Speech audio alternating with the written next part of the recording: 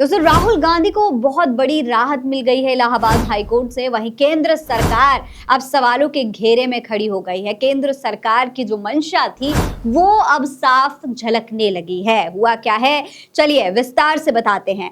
दरअसल दोस्तों राहुल गांधी की नागरिकता का मामला बीते कई दिनों से तूल पकड़ रहा था। भारतीय जनता पार्टी लगातार राहुल गांधी की नागरिकता का मुद्दा उठाकर राहुल को सत्ता में पीछे करना चाहती थी। एक बार फिर से सोशल मीडिया आईटी सेल के द्वारा उन्हें ट्रोल करना चाहती थी, उनसे उनकी सांसदी छीनना चाहती थी। लेकिन अब इस पूरी मंशा पर पानी फिर चुका है, क्योंकि इलाहाबाद हाईकोर्ट ने उन तमाम दावों को, उन तमाम याचिकाओं को पूरी तरीके से निरस्त कर दिया है जो कि राहुल गांधी की नागरिकता पर सवाल उठा रही थी। दरअसल पीटीआई के मुताबिक याचिकाकर्ताओं ने दावा किया था कि उनके पास सभी दस्तावेज मौजूद हैं, जिसमें ब्रिटिश सरकार की कुछ ईमेल्स भी हैं जो इस बात को साबित करती हैं कि राहुल गांधी एक ब्रिटिश नागरिक हैं। राहुल को लेकर ये याचिका हाईकोर्ट में दायर की गई थी और राहुल गांधी को साफ तौर पर यह कहा जा रहा था कि वो क्योंकि भारत के नागरिक नहीं हैं, इसीलिए भारत के किसी भी चुनाव में वो हिस्सा नहीं ले सकते, वो किसी भी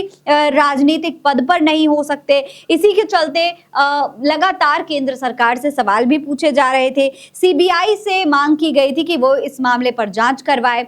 तो अब इस पूरे मामले पर जो हाई कोर्ट का रुख है वो साफ हो गया है। दरअसल हाई कोर्ट ने इस मामले पर अपना फैसला सुना दिया है।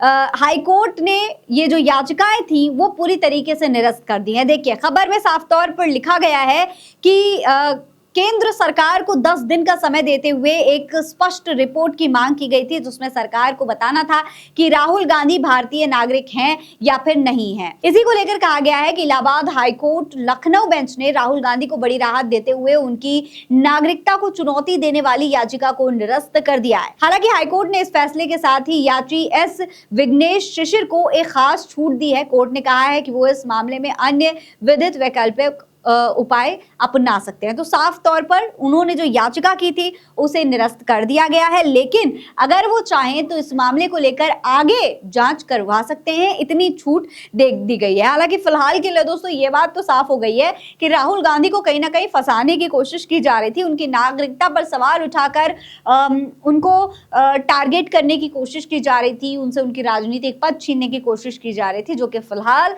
हाईकोर्ट के इस फैसले के बाद पूरी तरीके से शाही हो गए हैं। इसके बारे में आप क्या कहेंगे कमेंट बॉक्स में लिखकर हमें जरूर बताएं।